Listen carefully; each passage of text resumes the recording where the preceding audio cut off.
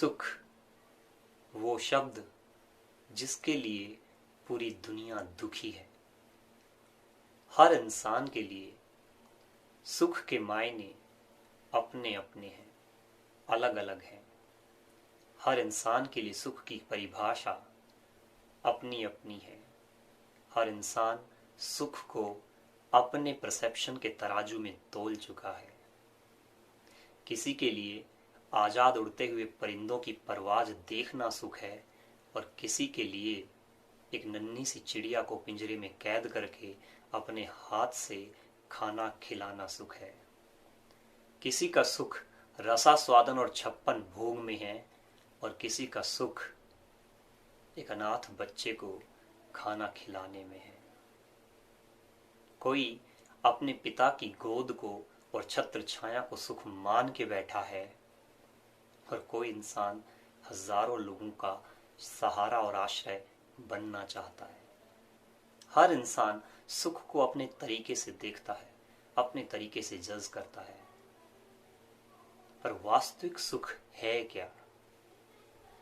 सच्चा सुख मिलता कैसे है? ऐसा सुख कौन सा है जो परमानेंट हो, जो हमेशा मिलता रहे, जिसका कोई सानी ना हो, जो केवल कुछ समय के लिए हमारे पास ना रहे। हम रहें या ना रहे, सुख हमेशा बना रहे। आप एक बहुत अच्छी कार चलाते हैं, बहुत बढ़िया कार है आपके पास, एक बहुत अच्छा बंगला है आपके पास, फार्म हाउस है, शानदार घर है, हर साल आप फॉरेन ट्रिप पे जाते हैं, अपने परिवार के साथ घूमने जाते हैं। आप जब भी खाने पे बैठते हैं 56 भोग आपके लिए तैयार रहते हैं। जिस बेडरूम में आप सोते हैं उसका इंटीरियर बहुत लाजवाब है। करोड़ों रुपए आपका बैंक बैलेंस आपके पास पड़ा हुआ है। क्या यही सुख है? हाँ, अधिकांश लोगों के लिए तो सुख के मायने भोग से मिलने वाला रसास्वादन है। वो चीज जो आपको कंफर्ट देती है, वो चीज जो आपको स्वाद देती है। हम अधिकांश लोग उसी चीज को सुख मानकर बैठे हुए हैं। पर क्या ये वास्तव में सुख है या हमने इन साधनों को सुख मान लिया है? जब अर्जुन के पसोपेच सुलझने लगे, जब स्थिति सारी क्लियर होने लगी, सब कुछ समझ में आने लगा, तब अर्जुन ने श्री कृष्ण से पूछा कि भगवान, आप एक तरफ बोलते हैं कि इंद्रियों पर नियंत्रण जरूरी है, पर सुख को लेने के लिए इंद्रियों की आवश्यकता तो है ही, क्योंकि सुखों का भोग तो प्रत्यक्षतः इंद्रियों पर ही निर्भर करता है।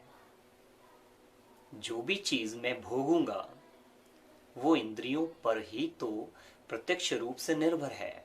मुझे मिठाई खानी है और मैंने मिठाई उठाई और मुंह के अंदर रख ली। अब वो टेस्ट जब तक मुझे नहीं आएगा, जब तक वो स्वाद नहीं आएगा मेरी इंद्रियों को, तब तक मुझे उस रसगुल्ले से सुख कैसे मिल सकता है? मेरे पास कार है, जब तक मैं बैठूंगा नहीं, जब तक मैं ड्राइव नहीं करूंगा, तब तक मुझे सुख मिलेगा कैसे? जब तक मैं घर में कंफर्ट फील नहीं करूंगा, तब तक मुझे सुख मिलेगा कैसे? तो हमारी इंद्रियां जो इन साधनों के साथ जुड़ी हुई हैं, यही तो वास्तव में सुख देती हैं। और अगर मैं इंद्रियों पर नियंत्रण कर लूं तो सुख की कल्पना तो मुझे छोड़ देनी चाहिए।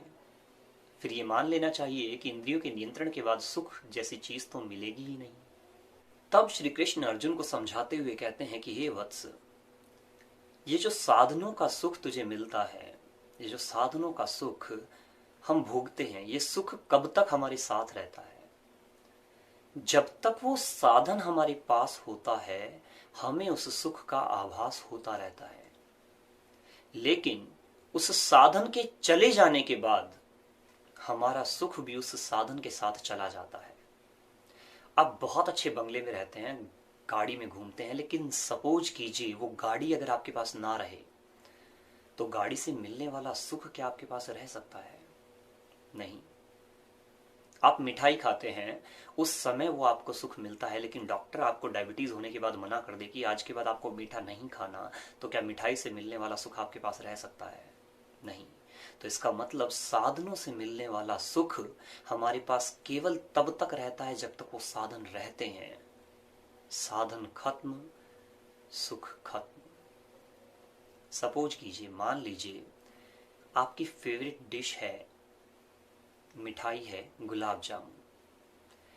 अब मैं आपको गुलाब जामुन ऑफर करता हूं और मैं बोलता हूं कि लीजिए आप गुलाब जामुन खाइए। जैसे ही आपने गुलाब जामुन देखा, आपके मुंह में सलाइवा बनना शुरू हो गया, और गुलाब जामुन के इमेजिनेशन से ही केवल कल्पना से भी आपके मुंह में सलाइवा बनना शुरू हो जाए, मैं आपको ऑफर करता हूं कि लीजिए आप गुलाब जामुन खाइए। सच में आपने उस बाउल से उस गुलाब जामुन को, उस रियल गुलाब जामुन को उठाया और अपने मुंह के अंदर रखा, सलाइवा के साथ घुल गया वो गुलाब जामुन, और आपने रसास्वादन करना शुरू कर दिया, और आपके मन को सुख मिला, और आपको उस समय लगता है कि वास्तव में अगर जन्नत कहीं है, स्वर्ग कहीं है, तो यहीं पर है। और आपने उस रसगुल्ले को, उस गुलाब जामुन को खा लिया। अब मैंने थोड़ी देर के बाद आपको बोला कि लीजिए एक गुलाब जामुन और लीजिए, आपकी फेवरेट डिश है, आप बना क्यों करेंगे। आपने एक गुलाब जामुन और उठाया और खा लिया। 3 गुलाब जामुन, 4 गुलाब जामुन आपने खा लिया, और मैंने बोला कि आप एक और लीजिए। अब आपका मन आपको मना करता है कि नहीं, मैं अब नहीं खा पाऊंगा। तो अब सोचिए, 3 गुलाब जामुन खाने के बाद जब आप चौथा गुलाब जामुन उठाएंगे और अपने मुंह तक लेकर जाएंगे, तो चौथे गुलाब जामुन से मिलने वाला सुख क्या सेम वैसा ही है जैसा पहले गुलाब जामुन से मिला था? नहीं। इसका मतलब साधनों की संपन्नता के साथ जैसे जैसे साधन बढ़ेंगे, साधनों की संपन्नता के साथ हमारा सुख धीरे धीरे कम होना शुरू हो जाता है। अब मैं आपको फिर से इंसिस्ट करता हूं कि आप एक गुलाब जामुन और लीजिए। आपको मैंने जबरदस्ती इंसिस्ट करके 4-5 गुलाब जामुन और खिला दिए। अब आप ऊपर तक पूरी तरह से छिक चुके हैं उस गुलाब जामुन से, अब आपका खाने का बिल्कुल मन नहीं है। You are now fed up with that gulab jamun कि मुझे बिल्कुल नहीं खाना। पर मैंने अब इंसिस्ट किया कि प्लीज एक लास्ट है ना, ये इस बाउल में लास्ट बचा है, आपको ये तो लेना ही पड़ेगा। अब आप मुझे बोलते हैं कि भाई साहब अगर अब एक भी खाया ना तो वोमिटिंग हो जाएगी, एक भी और खाया तो मैं जितने भी गुलाब जामुन खाए थे उन सारे के सारे गुलाब जामुन को वापस निकाल दूंगा। इसका मतलब जो गुलाब जामुन आपको सुख दे रहा था, कुछ समय पहले तक सुख दे रहा था, वही गुलाब जामुन अब दुख में परिणित हो गया, दुख में कन्वर्ट हो गया, हमारी इंद्रियों की वजह से। इसका मतलब वास्तविक और सच्चा सुख हमें इंद्रियों में मिल ही नहीं सकता, क्योंकि इंद्रियां मन के वशीभूत हैं और मन चलायमान है, ये रुकेगा ही नहीं। और हमारा सुख जो दुख में परिणित हो जाता है, उसका श्रेय हमारी इंद्रियों को जाता है। तो फिर सुख है कहां? साधनों में। सुख रसगुल्ले में है या सुख गुलाब जामुन में है? सुख मकान में है, गाड़ी में है, फार्म हाउस में है, वर्ल्ड टूर में है? कहां है सुख? क्योंकि अगर सुख रसगुल्ले में होता तो वो हमेशा मिलना चाहिए था। अगर सुख चाशनी में होता तो वो बिना रसगुल्ले के भी मिलना चाहिए था। सुख अगर मकान में होता तो नया मकान लेने के बाद भी उस पुराने मकान में सुख मिलना चाहिए था। सुख अगर गाड़ी में होता तो पंचर होने के बाद भी वो सुख ही दे, ऐसा होना चाहिए था।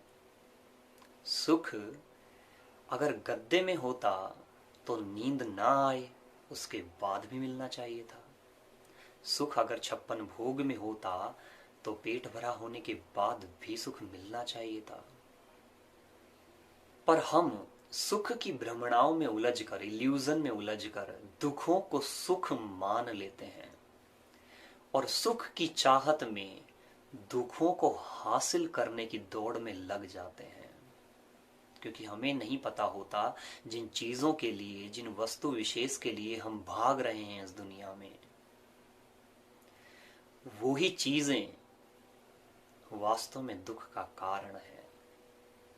वो रसगुल्ला जो आपके दुख का पर्याय बन चुका है मन भर जाने के बाद, उस रसगुल्ले को अगर किसी ऐसे बच्चे को दिया जाए जिसने कई महीनों से मिठाई देखी तक नहीं है, तो फिर उस बच्चे के लिए उस एक रसगुल्ले से मिलने वाले सुख के पर्याय कितने बड़े होंगे, ये सोचने वाली बात है। इसका मतलब सुख साधनों में नहीं है, सुख सहयोग में है। सुख इंद्रियों में और भोग में नहीं है, सुख इंद्रियों के नियंत्रण में है। इसका मतलब सुख बाहर नहीं है, सुख हमारे अंदर है।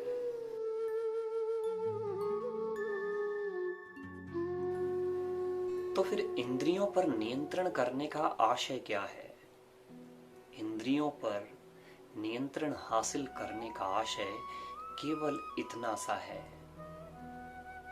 कि आप हर वो संभव काम करें जो आप करना चाहते हैं, पर उन कर्मों के फेर में ना उलझें। आप रसगुल्ला खाएं, इसमें समस्या नहीं है, पर उसके रसास्वादन में ना उलझें, ये नियंत्रण है। आप अच्छे से अच्छा म्यूजिक सुने, जो आपको पसंद है वो म्यूजिक सुने, पर अगर वो म्यूजिक सुनने को ना मिले उसके बाद भी आपको सुख मिलता रहे, ये इंद्रियों पर नियंत्रण है।